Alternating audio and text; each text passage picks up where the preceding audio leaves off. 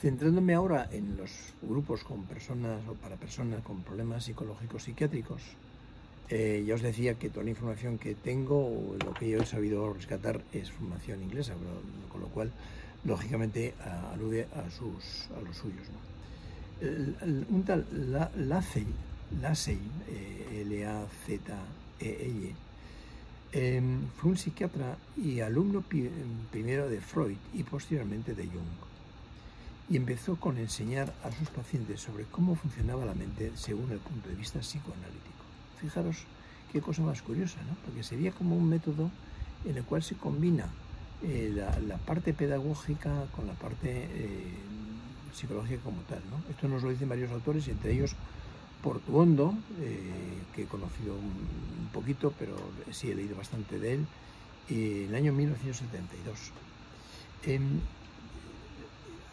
Trataban temas, es decir, había una lista de temas que constituían la base de las lecciones que podría considerarse como un cómodo y moderno curso introductorio al psicoanálisis para el público en general.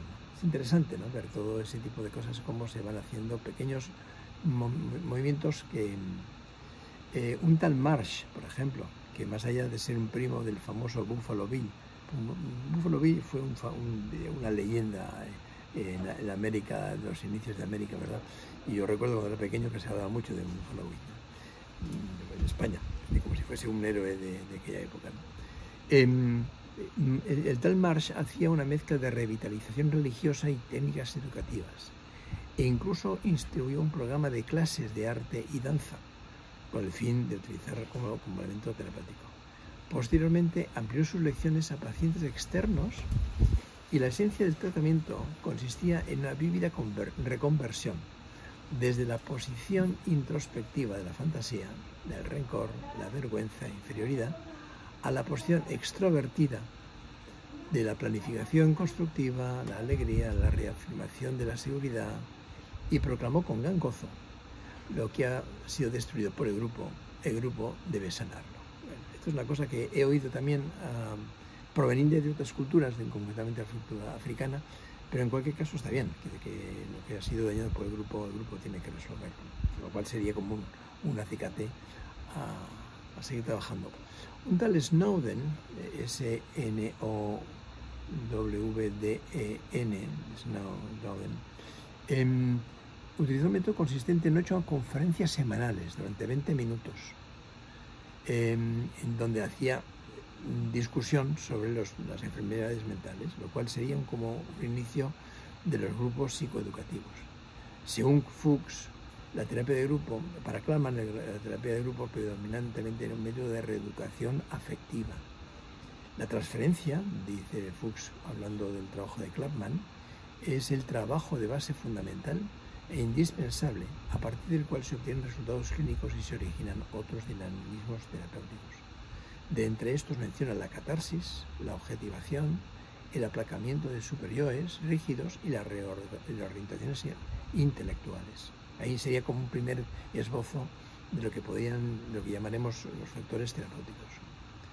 Ya en Europa, por ejemplo, los experimentos de Northfield, que fueron 3, ya os hablaré más tarde, pero antes de ellos hubo un experimento llamado de Beckman, que fue un intento de desarrollar en Londres un centro de salud auténtico para que la gente fuese ahí, como quien va a una sauna, a sanar más psicológicamente. También un tal Eichhorn, A-I-C-H-H-O-R-N,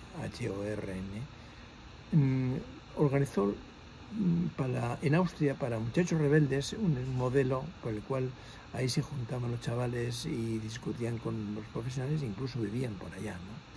Y eso me hace pensar en aquel famoso experimento que yo creo que duró bastantes años sobre un tal Neil, A.S. Neil, del cual uno de los trabajos que tiene es sobre el análisis de los cuentos de hadas, un trabajo muy interesante, el psicoanálisis de cuentos de hadas.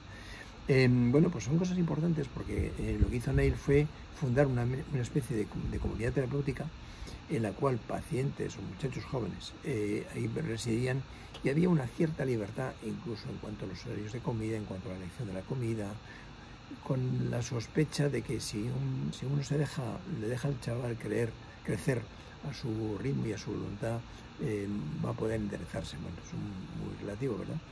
Pero bueno, son experiencias importantes. Por otro lado tenemos a Tom Main, que fue el pionero de las comunidades terapéuticas y que ya os hablaré un poquito de él. Y había un autor también, un tal David Clark, que escribió un libro sobre terapia administrativa e inventó la frase aproximación a la comunidad terapéutica. Entonces Tom Main, tomando esa idea, la recuperó y la reorientó. A mí me parece que son cosas muy importantes, muy interesantes para poder ver qué es lo que podemos ir haciendo. Luego ya más tarde ya veis que Trigan Barrow hizo las suyas en su momento y tratando el psicoanálisis en grupo y desarrolló todo un sistema en el cual, bueno, yo creo que participamos bastantes. En el libro de Moreno, por ejemplo, hay un dato también importante, que fue que el año 1932 se celebró en Stanford, en Filadelfia, el primer congreso de psicoterapia de grupo.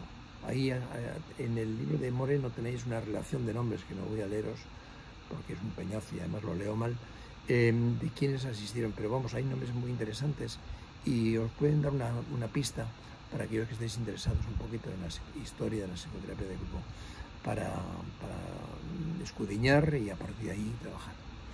Bueno, os lo dejo aquí y seguiremos el próximo día con otra pregunta, ¿de acuerdo? Un abrazo y a todos con mucho calor o menos al menos.